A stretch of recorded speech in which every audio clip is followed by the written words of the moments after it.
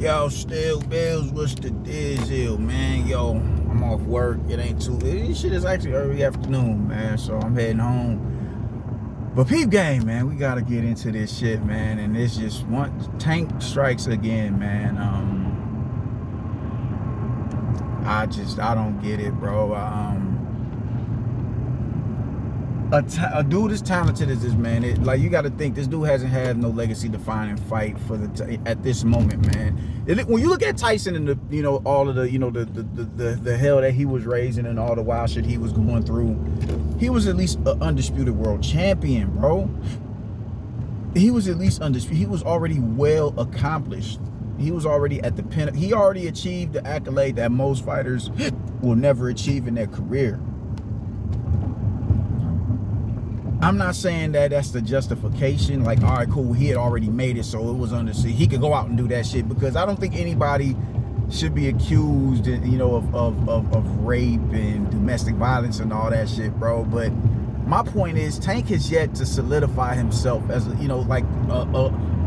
clear-cut best in the division that he stands in.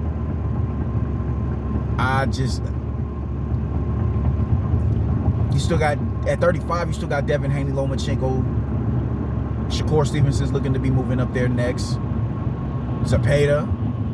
You got a multitude of fighters up there at 135 pounds who will be very good fights for Tank. And he is yet to separate himself as the clear, concise favorite in the division. So you still have work to do in your career, bro, for you to be doing this wild shit that you doing.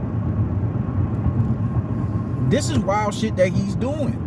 And it isn't like, I saw somebody, our man went on the post, oh man, all these anti-black and anti-PBC comments or whatever. It's like, fam, you gotta know when to separate anti-blackness for accountability. What Tank is doing, because this isn't like this is Tank's first time being in trouble or getting caught up in a situation where it's a female involved. I don't think anybody will forget where he yoked old girl up and drug her up out of the stadium. That's documented. We can't forget that shit and just, speak on it as if it didn't happen, because we all saw it happen.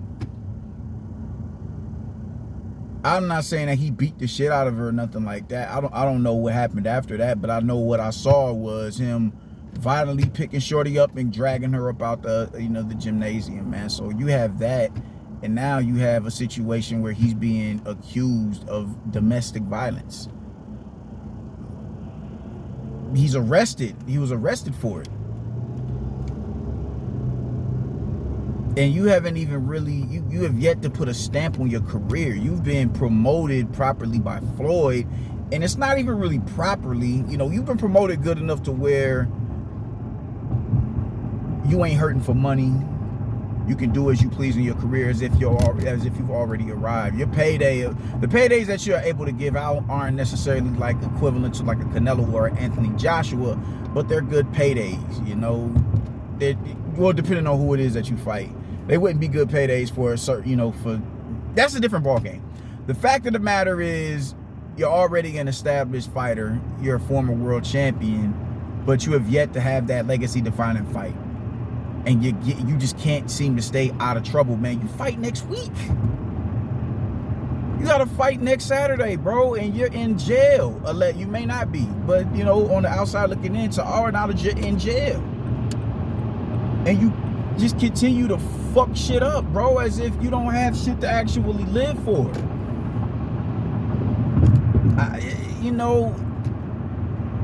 Come on, man. This shit, I like to keep shit boxing, bro. Like, I like to keep, just talk about boxing. I don't want to talk about what's going on outside of the ring, man. But your situation is so peculiar, because if this fight gets canceled, PBC is already looking a certain type of way under the under the bright lights, as far as the shenanigans that they pull behind the scenes are starting to come, starting to permeate to the top. And we're starting to see motherfuckers for who it is that they are. All these fight cancellations, for Jermell to be accused of faking an injury, Jermell, not Jermall, Jermell, for him to be accused of that shit, whoa.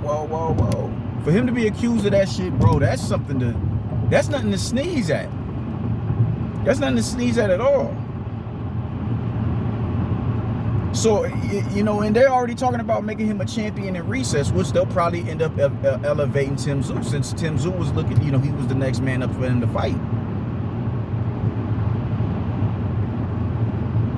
I just don't get it, man. So if we have Tank, who, and now mind you, that card that is going, you know, that's being put on next Saturday, Andre is on that card. Andre has not fought in well over a year. So what happens if that fight gets canceled? What happens then? If that fight gets canceled, how long is Andre gonna stay on the shelf?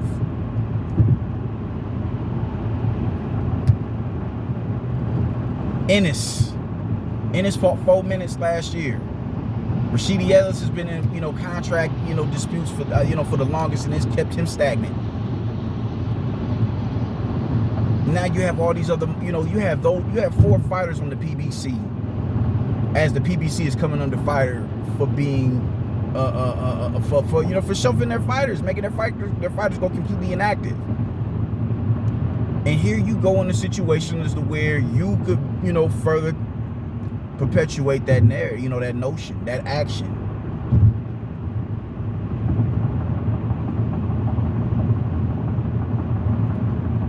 Bro, it sucks that this has to happen, man. Now, this is definitely not a fight that I was looking forward to, because I'm not ordering that shit, and you got my word on that. I'm not ordering that. But I do want to see how Andre is going to look against that. That's the only fight that I'm really interested in. I don't give a fuck about none of them other fights. I don't give a fuck about Jerron Ennis and Karen. I don't care. Even Rashidi Ellis, I don't even know who Young is fighting. I want to see Andre versus Desmond Nicholson, just so we can see how he does at 168 pounds. I can care less about Tank Davis fighting, but I also don't want to see another black man be motherfucking ushered into the system. I don't want to see that shit. I'm tired of that shit. I'm past tired of it. I got too many homies locked up. I don't want to see it. I don't want to see that system. Those institutions continue to be perpetuated upon people. Now, granted, if you do wrong, you need to be punished and reprimanded for it. And if he hit that girl, he needs to be reprimanded for that. And also, I'm hearing that it's, you know, they're talking about child abuse. Some shit is just inescapable, man. You can't get away from that. You can't get away from that, man. Like, you, at the end of the day, need to start doing what you need. You have to become a better man. You have to become a better man. And if this fight fuck around does get canceled, there's nothing. I don't even think they have anything else on the roster for fucking January. The PBC. No, I'm hearing nothing is even etched in stone. I'm hearing the Caleb Plant and fucking David Benavidez fight ain't even etched in stone yet. They have a target date, but nothing is etched in stone. I haven't even heard shit. Well, I've heard shit. I've heard rumors. But Charlo and Sulecki, that fight is yet to be announced. They have nothing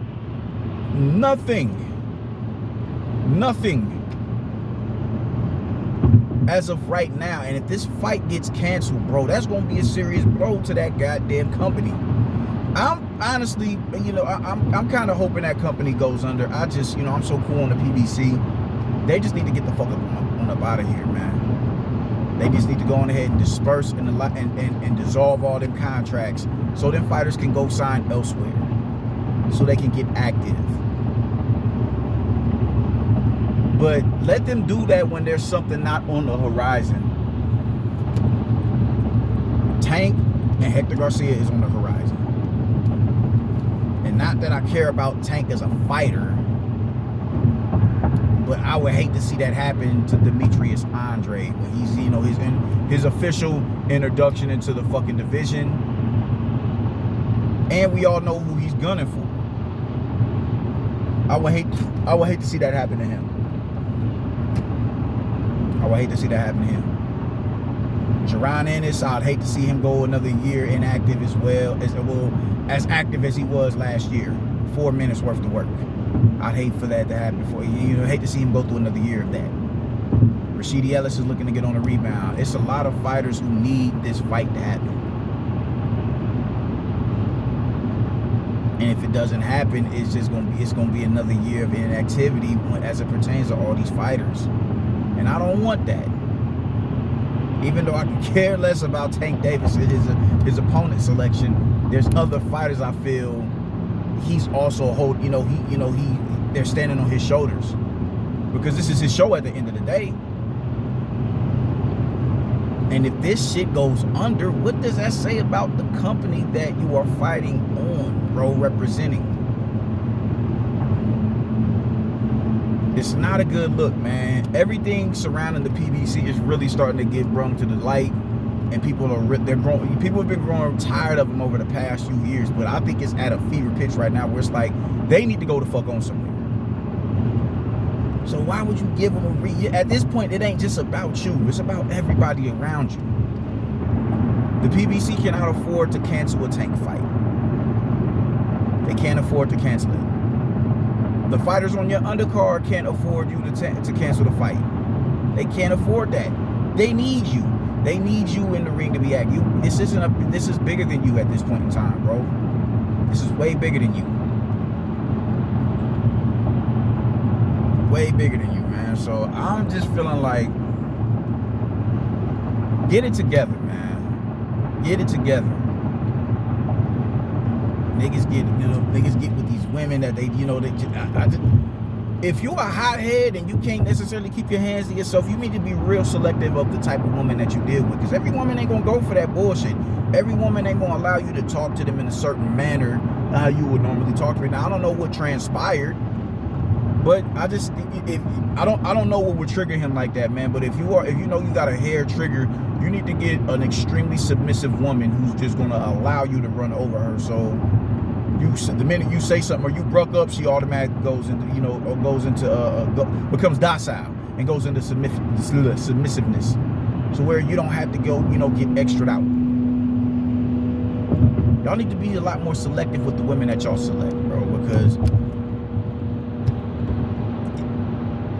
you get situations like this. If you're a hothead, a mouthy woman, as bad as she may be, is not for you, because it's gonna be catastrophic. Morello had that bad. He had a nice little lady, but they did more arguing than they did, loving on each other. And I'm not talking about the extra love, extra out intimacy shit. I'm just talking about, laughing and enjoying each other's company. That's what I mean. Laughing, enjoying each other's company, just kind of being flirtatious and shit like that. It was more arguing. It was more toxicity in the relationship than it was that. I don't see how people can fucking find comfort in that shit. I don't see how people can find, peace in chaos. That has always been the weirdest shit to me. And I don't know the full extent of what Shorty and him went through and why, that shit went like that, man. But if you got a chick and she ain't going for the bullshit, man, you need to find you a chick that will go for the bullshit. As fucked up as that is to say, you need to find a weak woman. If it's gonna keep you peace and and out of jail, you need to find a woman who don't mind being told what to do. Breathe. You need to find a woman who don't mind being told what to do. You need to find a woman who don't mind being told stay your ass in the house. Find you a homebody who don't want to go nowhere. It's it's Groundhog Day when they come out.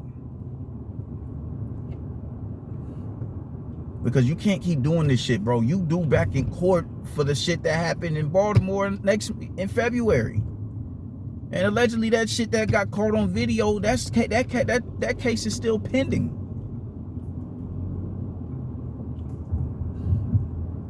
Like, you gotta sit down, man. You gotta sit down somewhere. You gotta get some, some sense of self-control and self-awareness, bro, because this shit is wild. You are on the precipice of another pay-per-view, and you would do some wild shit like this. And even if the fight doesn't get canceled, you're allowed to fight what happens, that's not always going to be the case. It's not always going to be the case. I've been told stories of people who stood in front of, I've been in a courtroom where, you know, people, I'll never forget, it was this chick who was shoplifting. And the judge was like, didn't I see you in here just last month? And she had this look on her face. She's like, yeah, you did. He was like, nah, you going to jail. Go, take her. Eventually people get tired, judges get tired of that shit, and they punish you. They punish you, they reprimand. Not everybody is gonna like, oh, he's a celebrity, he has a fight coming up, he has fans. That isn't nearly as important as somebody's safety. You're a weapon, dog. Your hands are trained to literally kill somebody. So you can't be out here pounding these girls out and think that that shit is just finna fly, man. I don't think, no way the trash came today. No fucking way the trash came today.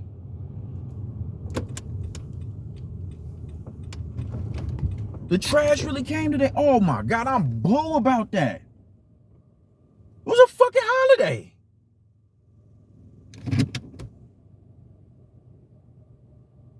Wow. Wow, dog. I'm really pissed about that. But yeah, man, that's pretty much all I gotta say about it, man. Just do better, bro. God damn, y'all gotta get your shit together, man. Get your shit together. Because it ain't just about you at this time. It's about your company and your stablemates fighting on your undercard. They need you to be active so they can be active. And that's pretty much all I got to say about it, man. I'm going to the house. I'll get with y'all niggas later, man. Y'all be easy. And I'm about to figure out what's going on with this trash situation, man. So, yeah, deuces.